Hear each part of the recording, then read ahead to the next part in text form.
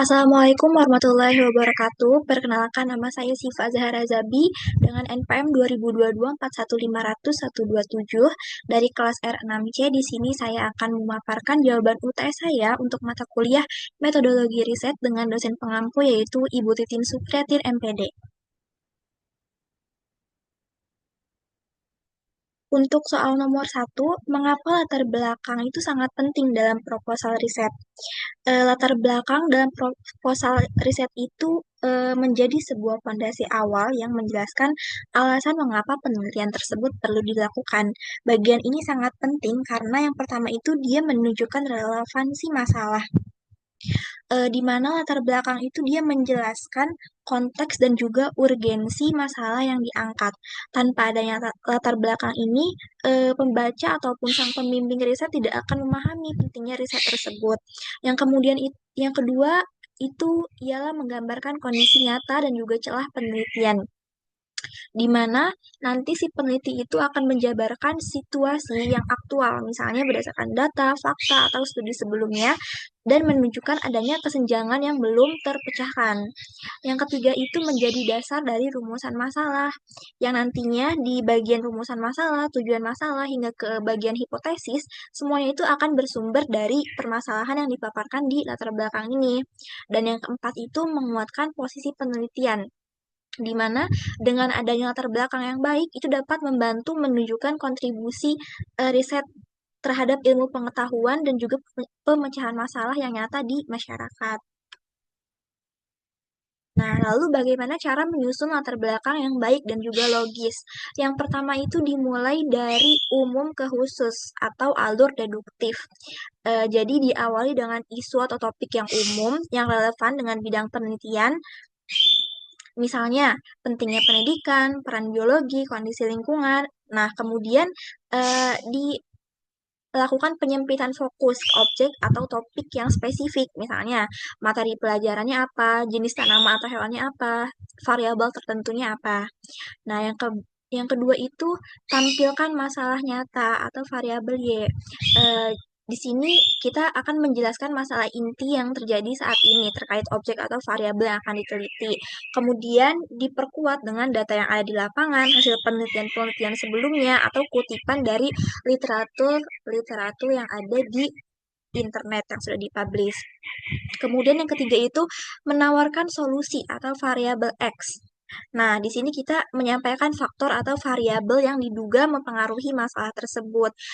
Kemudian dikaitkan dengan penelitian-penelitian sebelumnya juga yang relevan untuk membentuk argumentasi ilmiah yang kuat. Kemudian yang keempat itu tunjukkan kebutuhan penelitian. Yang pertama itu kita bisa tanyakan dengan mengapa penelitian itu diperlukan. Nah, kemudian akan terbentuk celah penelitian atau research gap-nya, dan nilai kebaruan atau novelty dari riset yang akan kita lakukan. Nah, yang kemudian yang kelima itu diarahkan ke judul penelitian.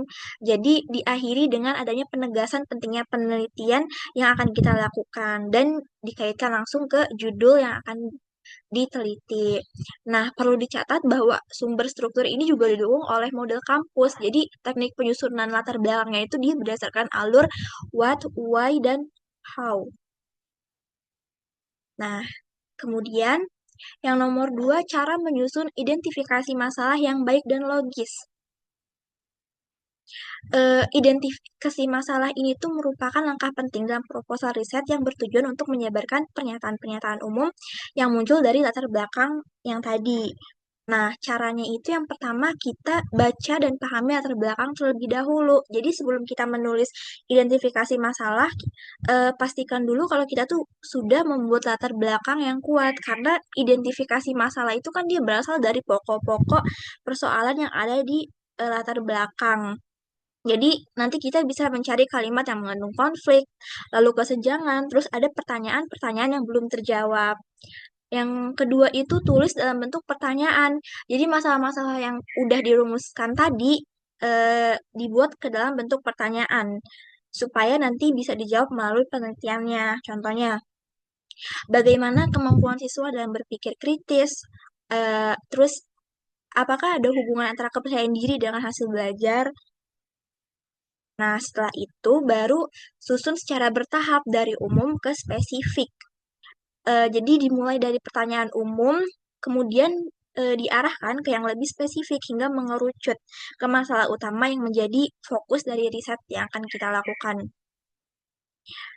Nah, lalu yang keempat itu pastikan relevan dan sesuai dengan judul. Jadi setiap pertanyaan dalam identifikasi masalah ini harus berhubungan langsung dengan topik atau judul penelitian yang akan kita lakukan.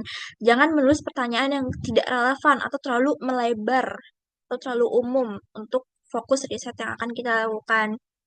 Dan yang kelima itu, letakkan masalah utamanya di bagian akhir. Jadi, masalah yang akan ditelitinya itu secara khusus biasanya diletakkan di bagian akhir. Hal ini tuh bertujuan untuk memperjelas bahwa masalah ini tuh inti dari keseluruhan pertanyaan yang akan kita teliti. Nah, berikut ini ada contoh identifikasi masalah. Dengan judulnya pengaruh kepercayaan diri terhadap kemampuan komunikasi biologis. Nah, kalau bisa kita lihat ya, eh, nomor satu itu dia masih secara umum ya. Nah, di sini bisa ketahuan yang lebih mengerucutnya itu di nomor 4 dan seterusnya ke bawah. Next. Nah, kemudian nomor 3, mengapa perlu ada batasan masalah dalam penelitian? Batasan masalah ini sangat penting dalam sebuah penelitian karena bertujuan untuk membatasi ruang lingkup pembahasan agar penelitian itu dia tidak melebar kemana-mana. Nah, batasan itu menjaga si peneliti agar tetap fokus pada apa yang benar-benar teliti, sehingga waktu, tenaga, sama data yang dikumpulkan itu akan lebih terarah. Kemudian tujuan penelitiannya juga akan lebih mudah dicapai dan hasilnya itu lebih mendalam dan tidak dangkal di situ-situ saja. Jadi tanpa adanya batasan masalah ini, penelitian itu akan bisa menjadi terlalu luas ya atau tidak fokus terhadap intinya itu sehingga sulit dianalisis secara tuntas. Nah, kemudian bagaimana cara menyusun batasan masalah yang baik dan logis? Yang pertama itu kita lihat latar belakang dan identifikasi masalah. Jadi, batasan masalah ini disusun setelah kita menulis latar belakang dan juga identifikasi masalah. Kemudian gunakan informasi dari kedua bagian ini untuk menentukan hal-hal yang lebih spesifik yang akan kamu teliti, yang akan kita teliti. Nah, kemudian tentukan fokus yang akan diteliti dengan menentukan aspek mana dari masalah yang akan kamu fokuskan dalam riset ini. Nah, ada 4 indikator ya. Yang pertama itu variabel ya dengan mencakup teori apa yang akan digunakan. Lalu kemudian variabel X-nya itu indikator variabel apa yang akan diteliti. Kemudian lokasi penelitiannya di mana dan subjek penelitiannya siapa. Lalu gunakan bahasa yang spesifik dan yang terukur. Jadi dengan menuliskan batasan masalah ini tuh kalimatnya harus jelas, padat, dan tidak ambigu agar si pembaca itu langsung paham apa yang akan kita teliti. Kemudian jangan menulis ulang judul tanpa menguraikan bagian-bagian teknisnya. Dan yang keempat itu susun dalam bentuk poin-poin. Jadi agar lebih jelas dan lebih mudah dipahami, batasan masalah ini tuh dia ditulis dalam daftar yang bernomor. Nah, berikut ini ada contoh dari batasan masalah dengan judul pengaruh kepercayaan diri terhadap kemampuan komunikasi biologis. Nah, sesuai yang telah tadi dijelaskan ya, untuk memfokuskannya itu yang pertama itu ada teori apa yang akan digunakan. Nah, di sini terlihat jelas bahwa kita akan menggunakan teori dari Nesvihani di tahun 2018. Kemudian yang kedua itu indikator variabel apa yang akan diteliti, yaitu kepercayaan diri siswa. Lokasinya di mana? Di SMA 1 Barunawati, Jakarta Barat. Kemudian subjeknya siapa? Subjeknya itu kelas 9. Next, kemudian nomor 4, hubungan antara rumusan masalah dan tujuan penelitian. Rumusan masalah dan tujuan penelitian ini adalah dua hal yang sangat berkaitan erat ya, di mana rumusan masalah ini adalah pertanyaan utama yang ingin dijawab melalui penelitian, sedangkan tujuan ini tuh adalah jawaban atau sasaran yang ingin dicapai dari pertanyaan tersebut. Jadi sederhananya, kalau rumusan masalah itu dia pertanyaannya, sedangkan tujuan penelitian itu jawaban atau hal yang ingin dicapainya. Nah, di sini ada contohnya. Untuk rumusan masalahnya, apakah ada pengaruh kepercayaan diri terhadap kemampuan komunikasi biologi siswa? Dan untuk tujuan penelitiannya yaitu untuk mengetahui pengaruh kepercayaan diri terhadap kemampuan komunikasi biologi siswa. Jadi, setiap rumusan masalah itu pasti akan punya pasangannya, yaitu tujuan penelitian. Seperti itu. Kemudian, cara menyusun rumusan masalah dan tujuan penelitian untuk riset kuantitatif yang baik. Yang pertama itu kita pahami dulu jenis penelitiannya, karena ini yang dimintanya kuantitatif. Kalau kuantitatif itu biasanya dia berbentuk pertanyaan yang ingin diuji secara statistik. Misalnya tentang pengaruh, hubungan, perbedaan, dan juga kontribusi. Kemudian eh, susun rumusan masalah dengan jelas dan terfokus. Biasanya ciri-ciri rumusan masalah kuantitatif yang baik itu dia ditulis dalam bentuk pertanyaan, kemudian jelas dan terarah ya, mengandung variabel X dan Y-nya, kemudian bisa dijawab dengan data. Jadi dengan data bukan opini.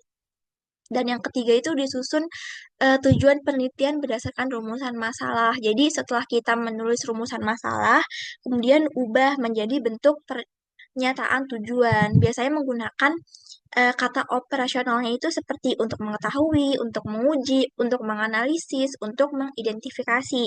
Nah, berikut ini ada contoh dari rumusan masalah. Yang pertama itu, apakah terdapat pengaruh penggunaan media animasi terhadap hasil belajar siswa pada materi sistem penapasan?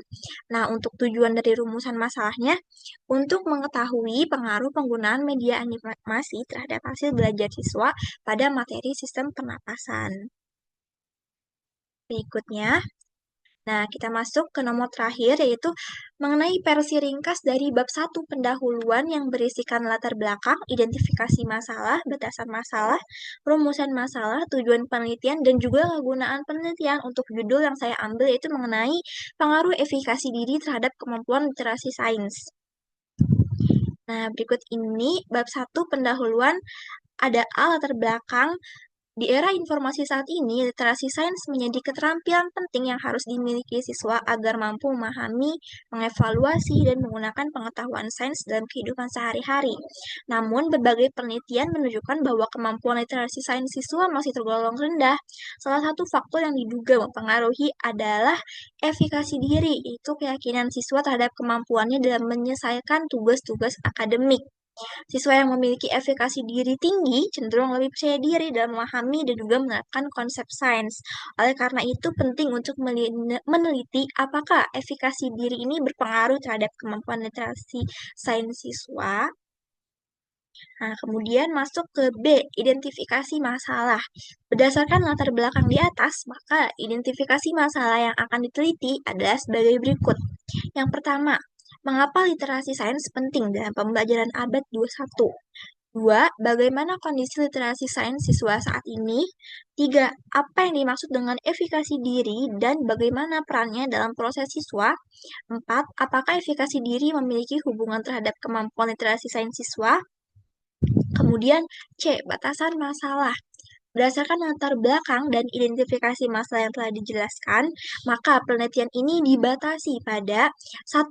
Efikasi diri siswa berdasarkan teori Bandura di tahun 1997. Kedua, kemampuan literasi sains siswa berdasarkan aspek memahami konsep, menalar secara ilmiah, dan menerapkan sains dalam konteks nyata. Yang ketiga, subjek penelitian adalah siswa kelas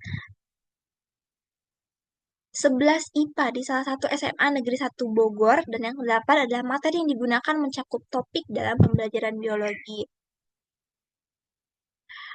D. Rumusan masalah. Berdasarkan latar belakang, identifikasi masalah, dan batasan masalah yang telah dijelaskan, maka rumusan masalah penelitian ini adalah apakah terdapat pengaruh efikasi diri terhadap kemampuan literasi sains siswa. Tujuan penelitiannya, berdasarkan rumusan masalah, maka tujuan penelitian ini adalah untuk mengetahui pengaruh efikasi diri terhadap kemampuan literasi sains siswa. F. Kegunaan penelitian. Yang pertama, teoritis untuk menambah kajian literatur tentang hubungan antara efikasi diri dengan literasi sains. Yang kedua, praktis Bagi siswa untuk meningkatkan kesadaran pentingnya efikasi diri dalam memahami sains, bagi guru sebagai bahan pertimbangan dalam merancang strategi pembelajaran yang memperkuat efikasi diri, dan bagi sekolah untuk memberikan masukan dalam pengembangan program peningkatan literasi sains berbasis psikologis. Ya, sekiranya cukup sekian dari paparan jawaban UTS metodologi riset saya. Kurang lebihnya mohon maaf. Sekian dan terima kasih.